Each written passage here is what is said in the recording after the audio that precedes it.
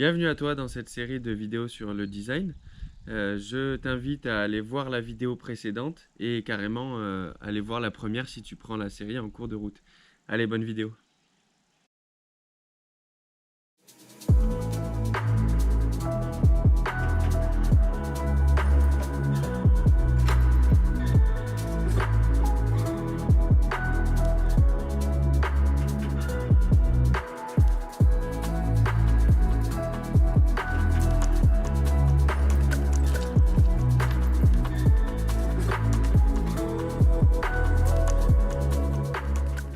Quatrièmement, connaître la nature pour pouvoir aménager en fonction de ces schémas naturels que nous allons voir tout de suite. C'est très important. On appelle ça aussi les secteurs. Mais là, j'ai mixé un peu les secteurs avec des schémas d'aménagement classiques. J'ai mis le maximum, j'ai mis tous les schémas que je connaissais. J'espère que vous allez pouvoir vous inspirer de ça et en tirer quelques-uns. Donc maintenant, on va étudier les reliefs. Donc on peut prendre l'exemple d'une montagne par exemple. Tout le haut de la montagne sera toujours sec et le bas humide. Ça, c'est dû au fait que l'eau descendra toujours. On a ensuite la face sud qui sera ensoleillée et la face nord qui sera plutôt ombragée. De là, on peut tirer 4 microclimats comme vous pouvez voir sur le schéma.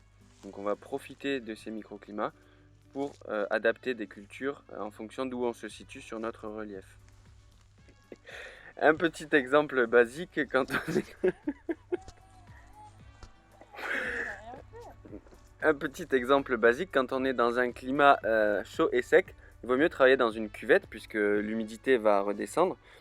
Et à l'inverse, dans un climat froid et humide, on va plutôt travailler sur butte pour drainer tout ça. On va maintenant voir le plan de coupe d'une pente et l'aménagement pour voir que chaque chose va à sa place dans une pente. Par exemple, en haut, on aura souvent les vents forts, plus forts qu'en bas, donc une éolienne pourrait être judicieuse. Un point d'eau aussi, une réserve d'eau pour pouvoir utiliser l'eau par gravité. Ensuite, souvent le haut de la pente va être raide, donc on va pouvoir y implanter une forêt comestible, ou alors une zone 5, une forêt normale. Ensuite, on a le point clé, c'est le lieu où la pente va changer de courbe. Là, c'est souvent l'endroit où on fait nos routes, où on met une maison, etc. Et en bas de la pente, on va profiter d'un climat beaucoup plus doux et humide pour y mettre nos cultures.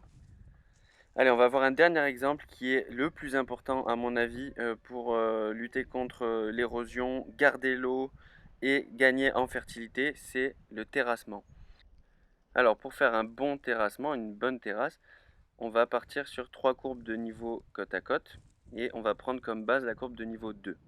Il faut dans l'idéal qu'elles soient à même distance les 3. Donc on va commencer par créer un mur de soutènement au niveau de la courbe niveau 1 qui soit parallèle à la courbe niveau 2. Et en plus d'être parallèle, il faut qu'elle soit à égale distance de la courbe de niveau 2 sur toute la longueur de la courbe. Ensuite, on va creuser entre la 2 et la 3 comme sur le schéma. On va ramener la terre entre la 1 et la 2, ce qui va nous faire déjà une zone toute plate. Et enfin, on pourra cultiver par-dessus. Et ça, c'est absolument génial comme technique. On va maintenant voir les températures. Comment jouer sur nos températures. Donc on a un rayon de soleil qui arrive sur un objet quelconque. Si cet objet est sombre, lourd et rugueux, on va avoir un faible rayonnement de la lumière, mais une forte accumulation de chaleur. A l'inverse, si notre objet est clair, léger ou lisse, on va avoir un gros rayonnement de lumière et une faible accumulation de chaleur. Donc à nous de jouer avec les matériaux et les couleurs sur notre design. Donc par exemple, on prend une mare qui est lisse et claire, donc qui va rayonner, mais qui est aussi lourde, donc qui va accumuler un petit peu de chaleur. Si au nord de cette mare, on y met un gros mur en pierre, qui lui va être très lourd et rugueux, ainsi il va accumuler beaucoup de chaleur pendant la journée et il va pouvoir tranquillement les restituer pendant la nuit. Donc entre la mare et le mur, on va avoir une zone chaude qui sera propice à des cultures exigeantes, par exemple un fruitier.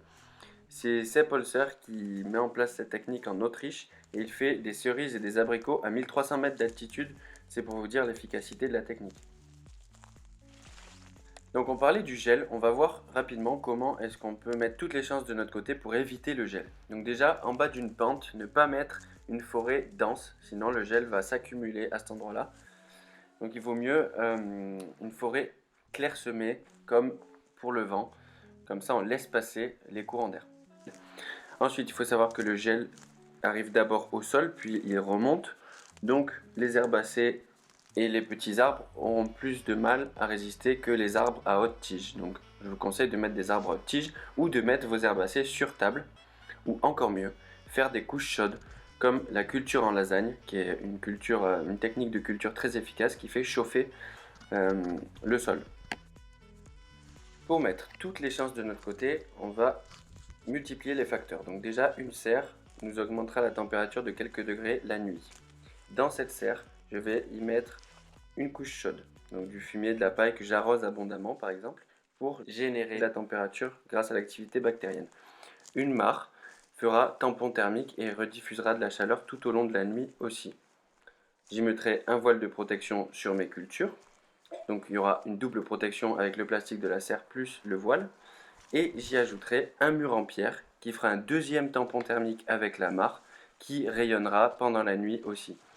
Un dernier élément très important pour le gel, c'est que en fait c'est plus le dégel qui fait mal aux plantes, donc pour ça il vaut mieux ouvrir les portes de la serre le plus tôt possible pour éviter qu'elle monte en température et que ça dégèle rapidement.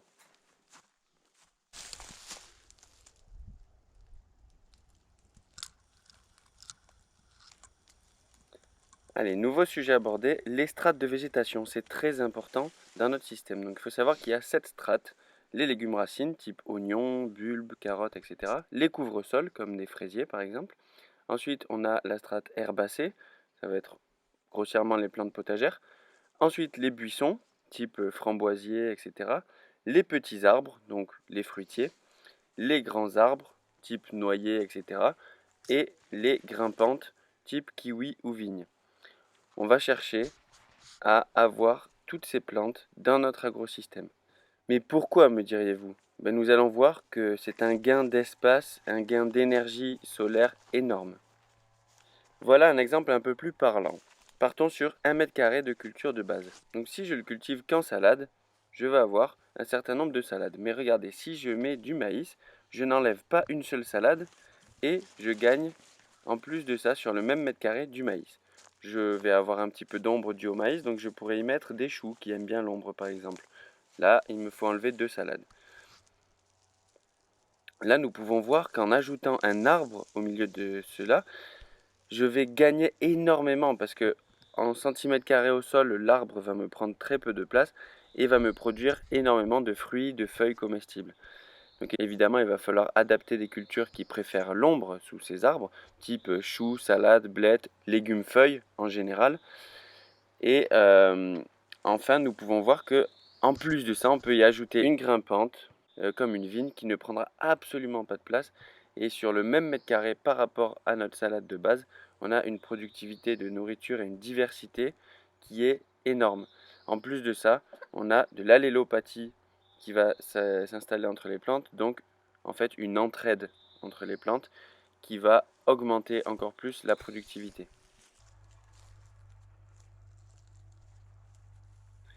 Allez, on tient bon. On va voir les lisières maintenant. Les lisières sont des endroits très très riches. Par exemple, prenons l'exemple d'une forêt et d'une prairie. Entre les deux, il va y avoir un espace, une lisière, qui va être extrêmement riche puisqu'il va y avoir un échange entre la biodiversité de la forêt et la lumière de la prairie. Donc l'échange de ces deux milieux va créer un troisième milieu extrêmement riche. Donc on va essayer de bénéficier de ça dans nos jardins. Deuxième et dernier exemple, la lisière terre-eau, qui est la plus riche à mon sens, puisqu'elle réunit les 3 éléments vitaux pour les plantes, l'eau, la terre et le soleil, qui créent un microcosme extrêmement riche. Mais comment avoir des lisières, me diriez-vous? Eh bien tout simplement, plutôt que de faire des haies toutes droites comme on a l'habitude de faire nous les humains, on va faire des zigzags puisque à surface égale, on a plus de périmètre, donc plus de surface d'échange sur un zigzag. Et en plus de ça, donc, résultat, plus de services écosystémiques, donc ce qu'on vient de voir, les échanges, la lisière, la richesse, la biodiversité. Allez, avant-dernier sujet, les éléments alentours. Donc, si sur mon joli terrain, j'ai au sud un lac et à l'est un champ en monoculture, je vais installer une prairie pour avoir de la vue sur le lac et une forêt brise pesticides à l'est. Si de même j'ai une forêt qui entoure mon terrain avec un risque incendie, je vais mettre un coupe-feu, donc à savoir une prairie, à ce niveau-là. Je ne vais pas faire le contraire, ça serait très dangereux. Mettre la forêt pour la continuité du feu et de mettre ma prairie et laisser rentrer les pesticides. Et enfin, dernier exemple, si j'ai un voisin cool, c'est très bien. Et si j'ai un voisin con, ben, je vais mettre une haie brise-vue, voilà, pour ce qui est des éléments alentours. Dernier sujet abordé et pas des moindres, les réseaux. Donc là on va aborder principalement les réseaux d'accès. Donc j'ai mon petit plan, ma petite maisonnette, mon petit potager tranquillou, mon poulailler et mon compost. Si je veux mettre mes fans de légumes au compost et que je contourne mon poulailler, on peut voir dans l'exemple que ça me fait 14 mètres à parcourir. Si je prends quelques heures pour faire 2 portes au niveau de mon poulailler, je vais gagner à chaque passage 6 mètres.